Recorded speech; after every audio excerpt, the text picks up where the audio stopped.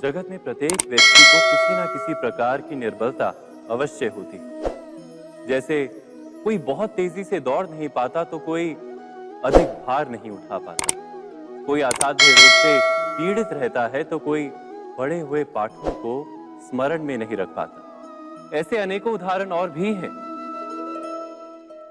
क्या आप किसी ऐसे व्यक्ति को जानते हैं जिसे सब कुछ प्राप्त हो और हम जीवन की उस एक निर्बलता को जीवन का केंद्र मानकर जीते हैं? इस कारणवश हृदय में दुख और असंतोष रहता है सदा। निर्बलता मनुष्य को जन्म से अथवा संजोग से प्राप्त होती है, किंतु उस निर्बलता को मनुष्य का मन अपनी मर्यादा बना लेता है। किंतु कुछ व्यक्ति ऐसे भी होते हैं जो अपने पुरुषार्थ और श्रम से उस निर्बलता को पराजित कर देते हैं। क्या भेद है उनमें और अन्य लोगों में? क्या आपने कभी विचार किया है? सरल सा उत्तर है इसका। जो व्यक्ति निर्बलता से पराजित नहीं होता, जो पुरुषार्थ करने का साहस रखता है हृदय में, वो निर्बलता को पार कर जाता है। अर्थात निर्बलता अवश्य ईश्वर देता है, किंतु मर्यादा मनुष्य का मन ही निर्मित करता है। स्वयं विचार कीजिए।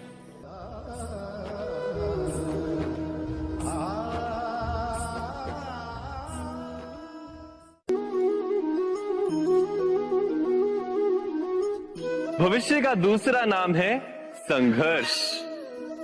हृदय में आज इच्छा होती है और यदि पूर्ण नहीं हो पाती तो हृदय भविष्य की योजना बनाता है। भविष्य में इच्छा पूर्ण होगी ऐसी कल्पना करता रहता है, किंतु जीवन ना तो भविष्य में है ना अतीत में। जीवन तो इस क्षण का नाम है, अर्थात इस क्षण का अनुभव ही जीवन का अनुभव। पर हम ये जानते हुए भी इतना सा सत्य समझ नहीं पाते। या तो हम बीते हुए समय के स्मरणों को घेर कर बैठे रहते, या फिर आने वाले समय के लिए हम योजनाएं बनाते रहते हैं और जीवन जीवन बीत जाता है। एक सत्य यदि हम हृदय में उतार लें कि ना हम भविष्य देख सकते हैं, ना ही भविष्य निर्मित कर सकते हैं, हम तो केवल धैर्य और साहस के साथ भविष्य को आलिंगन दे सकते हैं, स्वागत कर सकते हैं भविष्य का। तो क्या जीवन का हर पल जीवन से नहीं भर जाएगा? स्वयं विचार कीजिए।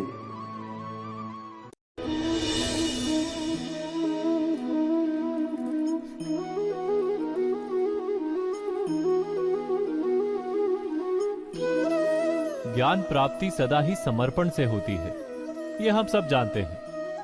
किंतु समर्पण का वास्तविक महत्व क्या है? क्या हमने कभी विचार किया? मनुष्य का मन सदा ही ज्ञान प्राप्ति में विभिन्न बाधाओं को उत्पन्न करता है। कभी किसी अन्य विद्यार्थी से ईर्ष्या हो जाती है, कभी पढ़ाए हुए पाठों पर संदेह जन्मता है और कभी गुरु द्वारा दिया गया दंड मन को अहंकार से भर देता है। नहीं, क्या ऐसा नहीं होता? न जाने कैसे कैसे विचार मन को भटकाते हैं और मन की इसी अयोग्य स्थिति के कारण हम ज्ञान प्राप्त नहीं कर पाते। मन की योग्य स्थिति केवल समर्पण से निर्मित होती है। समर्पण मनुष्य के अहंकार का नाश करता है, ईर्ष्या, महत्वाकांक्षा आदि भावनाओं को दूर कर हृदय को शांत करता है और मन को एकाग्र करता है। वास्तव में ईश्वर की सृष्टि में ना ज्ञान की मर्यादा है, ना ज्ञानियों की। गुरु दत्तात्रेय ने तो गाय और श्वान से भी ज्ञान प्राप्त कर लिया था। अर्थात विषय ब्रह्म ज्ञान का हो या जीवन के ज्ञान का या गुरुकुल में प्राप्त होने वाले ज्ञान का, उसकी प्राप्ति के लिए गुरु से अधिक महत्व है उस गुरु के प्रति हमारा समर्पण। क्या यह सत्य नहीं?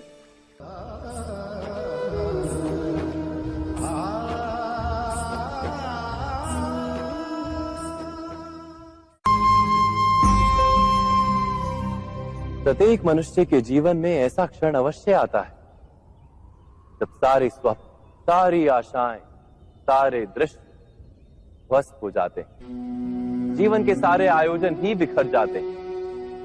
एक और धर्म होता है और दूसरी ओर सुख। इसी को धर्म संकट कहते हैं। जब धर्म का वहन ही संकट हो और धर्म का त्याग ही सुख हो। विचार कीजिए, कभी किसी स्वजन के विरुद्ध सत्य बोलने का अवसर प्राप्त हो जाता है, कभी ठीक दरिद्रता के समय सरलता से चोरी करने का मार्ग प्राप्त हो जाता है, कभी किसी शक्तिशाली राजनेता या राजा के कर्मचारी का अधर्म प्रकट हो जाता है। सबके जीवन में ऐसी घटना बनती ही रहती है। अधिकतर लोग ऐसे किसी क्षण को धर्म संकट के रूप में जान ही नहीं पाते। हमें किसी प्रकार के संघर्ष का अनुभव ही नहीं होता। सहजता से सुख की ओर खींचे चले जाते हैं, जैसे मक्खी गुड़ की ओर खींची चली जाती। वास्तव में धर्म संकट का क्षण ईश्वर के निकट जाने का क्षण होता है। यदि हम संघर्षों से भयभीत ना हो, सुख की ओर आकर्षित ना हो, अपने धर्म पर दृढ़ रहे, तो ईश्वर का साक्षात्कार दूर नहीं।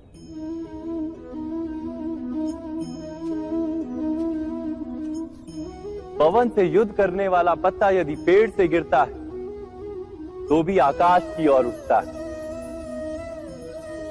पवन से झुकने वाली घास वहीं भूमि पर रह जाती है।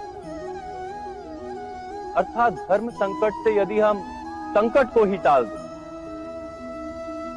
तो सुख तो मिलता है, जीवन बढ़ता है, किंतु क्या चरित्र नहीं टूटता?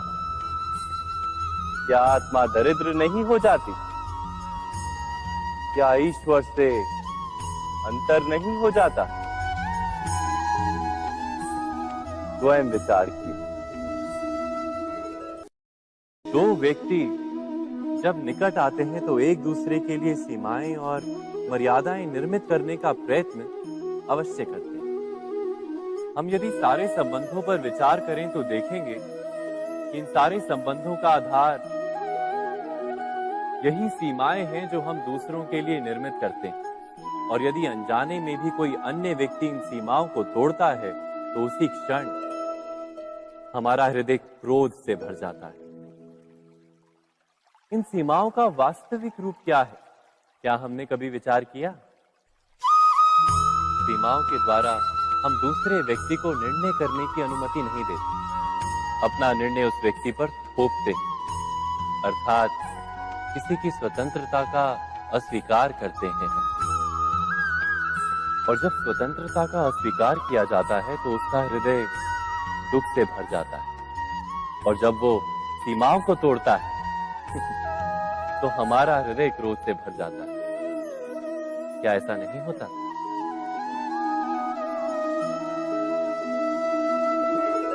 पर यदि एक दूसरे की स्वतंत्रता का सम्मान किया जाए तो किसी मर्यादाओं या सीमाओं की आवश्यकता ही नहीं होती। अर्थात जिस प्रकार स्वीकार किसी संबंध का देह है, क्या वैसे ही स्वतंत्रता किसी संबंध की आत्मा नहीं? स्वयं विचार कीजिए। सबके जीवन में ऐसा प्रसंग अवश्य आता है कि सत्य कहने का निश्चय होता है हृदय में, किंतु मुख से सत्य निकल नहीं पाता। कोई भय मन को घेर लेता है। किसी घटना अथवा प्रसंग के बारे में बात करना या फिर स्वयं से कोई भूल हो जाए उसके बारे में कुछ बोलना, क्या ये सत्य है? नहीं, ये तो केवल तथ्य है। अर्थात जैसा हुआ था वैसा केवल बोल देना सामान्य सी बात है। किंतु कभी कभी उस तथ्य को बोलते हुए भी भय लगता है। कदाचित किसी दूसरे की भावनाओं का विचार आता है मन। दूसरे को दुख होगा ये भय भी शब्दों को रोकता है। तो ये सत्य क्या है? क्या हमने कभी विचार किया है? जब भय रहते हुए भी कोई तथ्य बोलता है तो वो सत्य कहलाता है। वास्तव में सत्य कुछ और नहीं, केवल निर्भयता का दूसरा नाम है। और निर्भय होने का कोई समय नहीं होता, क्योंकि निर्भयता आत्मा का स्वभाव है। अर्थात क्या प्रत्येक क्षण सत्य बोलने का क्षण नहीं होता?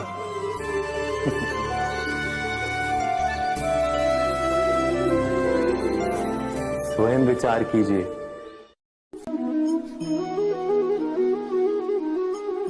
श्रेष्ठता का क्या अर्थ है? श्रेष्ठता का अर्थ है दूसरों से अधिक ज्ञान प्राप्त करना। अर्थात मूल्य इस बात का नहीं कि स्वयं कितना ज्ञान प्राप्त किया, मूल्य इस बात का है कि प्राप्त किया हुआ ज्ञान अन्य लोगों से कितना अधिक है। अर्थात श्रेष्ठता की इच्छा ज्ञान प्राप्ति को भी एक स्पर्धा बना देती है। और स्पर्धा में विजय अंतिम कब होती है?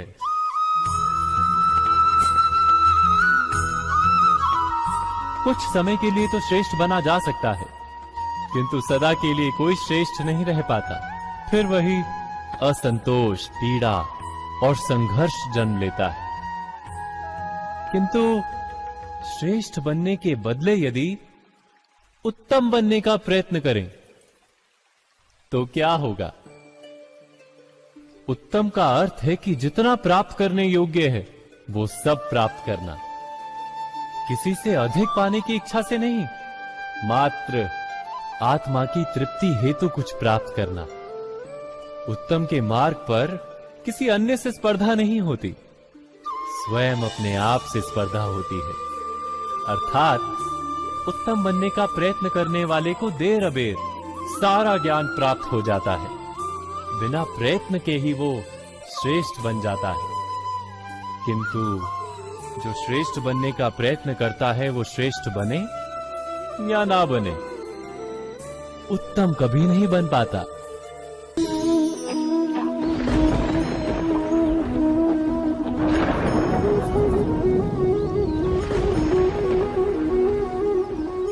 सपनों और पूर्वाभासों के आधार पर हम भविष्य के सुख दुख की कल्पना करते हैं। भविष्य के दुख का कारण दूर करने के लिए हम आज योजना बनाते हैं। किंतु कल के संकट को आज निर्मूल करने से हमें लाभ मिलता है या हानि पहुंचती है? ये प्रश्न हम कभी नहीं करते। सत्य तो ये है कि संकट और उसका निवारण साथ जनते हैं, व्यक्ति के लिए भी और सृष्टि के लिए भी। नहीं, आप अपने भूतकाल का स्मरण कीजिए, इतिहास को देखिए। आप तुरंत ही ये जान पाएंगे कि जब जब संकट आता है तब तब उसका निवारण करने वाली शक्ति भी जन्म लेती है। यही तो जगत का चलन है। वस्तुतः संकट ही शक्ति के जन्म का कारण है। प्रत्येक व्यक्ति जब संकट से निकलता है तो एक पद आगे बढ़ा होता है, अधिक चमकता है, आत्मविश्वास से अधिक भरा होता है, न केवल अपने लिए अपितु विश्व के लिए भी। क्या ये सत्य नहीं? वास्तव में संकट का जन्म है एक अवसर का जन्म, अपने आप को बदलने का अवसर, अपने विचारों को ऊंचाई पर करने का अवसर, अपनी आत्मा को बलवान और ज्ञान मंडित बनाने का अवसर। जो ये कर पाता है उसे कोई संकट नहीं होता, किंतु जो ये नहीं कर पाता वो तो स्वयं एक संकट है विश्व के लिए। विचार कीजिए।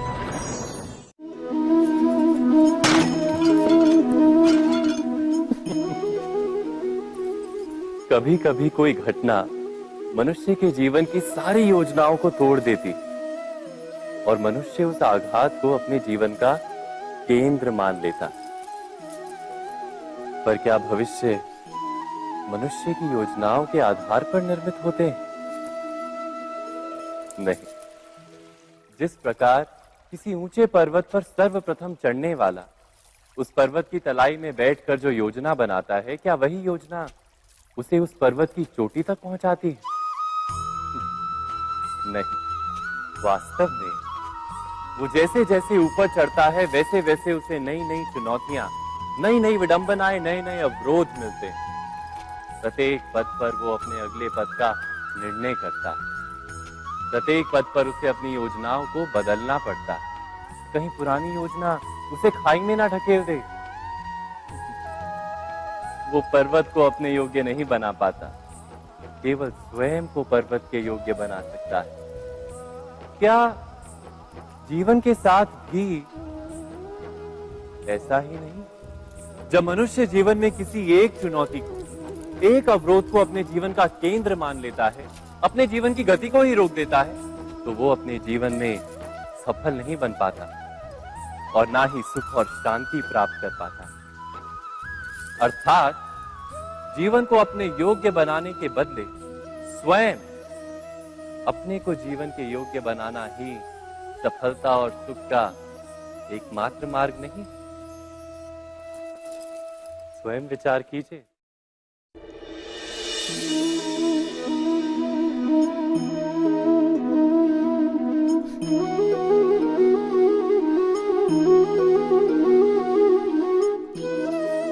जीवन का हर क्षण निर्णय का क्षण होता है। प्रत्येक पद पर दूसरे पद के विषय में कोई निर्णय करना ही पड़ता है और निर्णय अपना प्रभाव छोड़ जाता है। आज किए गए निर्णय भविष्य में सुख अथवा दुख निर्मित करते हैं, ना केवल अपने लिए, अपने परिवार के लिए भी, आने वाली पीढ़ियों के लिए भी। जब कोई दुविधा सामने आती है तो मन व्याकुल हो जाता है, अनिश्चय से भर जाता है। निर्णय का वो क्षण युद्ध बन जाता है और मन बन जाता है युद्ध भूमि। अधिकतर निर्णय हम दुविधा का उपाय करने के लिए नहीं, केवल मन को शांत करने के लिए लेते हैं। पर क्या कोई दौड़ते हुए भोजन कर सकता है? नहीं। तो क्या युद्ध से जूझता हुआ मन कोई योग्य निर्णय ले पाएगा? वास्तव में शांत मन से जब कोई निर्णय करता है तो अपने लिए सुखद भविष्य बनाता है, किंतु अपने मन को शांत करने के लिए जब कोई निर्णय करता है तो वो व्यक्ति भविष्य में अपने लिए कांटों भरा वृक्ष लगाता है। स्वयं विचार कीजिएगा।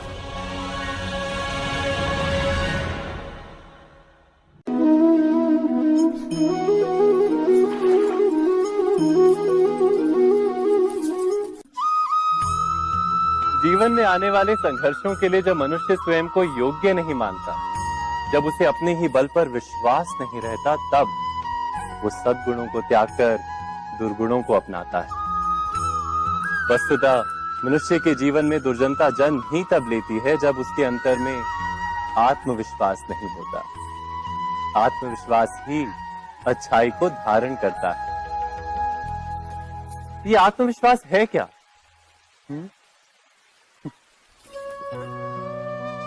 जब मनुष्य ये मानता है कि जीवन का संघर्ष उसे दुर्बल बनाता है, तो उसे अपने ऊपर विश्वास नहीं रहता। वो संघर्ष के पार जाने के बदले संघर्ष से छूटने के उपाय ढूंढने लगता है। किंतु जब वो ये समझता है कि ये संघर्ष उसे अधिक शक्तिशाली बनाते हैं, ठीक जैसे व्यायाम करने से देह की शक्ति बढ़ती है, तो प्रत्येक संघर्ष के साथ उसका उत्साह बढ़ता है। अर्थात आत्मविश्वास और कुछ भी नहीं, मन की स्थिति, जीवन को देखने का दृष्टिकोण मात्र है। और जीवन का दृष्टिकोण तो मनुष्य के अपने वश में होता है। स्वयं विचार कीजिए।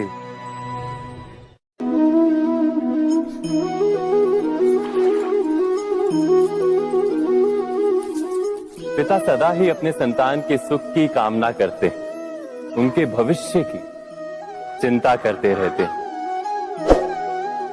इसी कारणवश सदा ही अपने संतानों के भविष्य का मार्ग स्वयं निश्चित करने का प्रयत्न करते रहते। जिस मार्ग पर पिता स्वयं चला है, जिस मार्ग के कंकर पत्थर को स्वयं देखा है, मार्ग की छाया, मार्ग की धूप को स्वयं जाना है, उसी मार्ग पर उसका पुत्र भी चले, यही इच्छा रहती है हर पिता की। निस्संदेह उत्तम भावना है ये, किंतु 3 प्रश्नों के ऊपर विचार करना हम भूल ही जाते। कौन से प्रश्न? प्रथम प्रश्न, क्या समय के साथ प्रत्येक मार्ग बदल नहीं जाते? क्या समय सदा ही नई चुनौतियों को लेकर नहीं आता? तो फिर बीते हुए समय के अनुभव नई पीढ़ी को किस प्रकार लाभ दे सकते हैं? दूसरा प्रश्न, क्या प्रत्येक संतान अपने माता पिता की छवि होता है? हाँ, संतानों को संस्कार तो अवश्य माता पिता देते हैं, किंतु भीतर की क्षमता तो ईश्वर देते हैं। तो जिस मार्ग पर पिता को सफलता मिली है, विश्वास है कि उसी मार्ग पर उसकी संतानों को भी सफलता और सुख प्राप्त होगा। तीसरा प्रश्न, क्या जीवन के संघर्ष और चुनौतियां लाभकारी नहीं होती? क्या प्रत्येक नया प्रश्न एक नए उत्तर का द्वार नहीं खोलता? तो फिर संतानों को नए नए प्रश्नों, संघर्षों और चुनौतियों से दूर रखना, ये उनके लिए लाभ करना कहलाएगा या हानि पहुंचाना? अर्थात जिस प्रकार संतान के भविष्य का निर्माण करने के बदले उसके चरित्र का निर्माण करना श्रेष्ठ है, वैसे ही संतानों के जीवन का मार्ग निश्चित करने के बदले उन्हें नए संघर्षों के साथ जूझने के लिए मनोबल व ज्ञान देना अधिक लाभदायक नहीं होगा? स्वयं विचार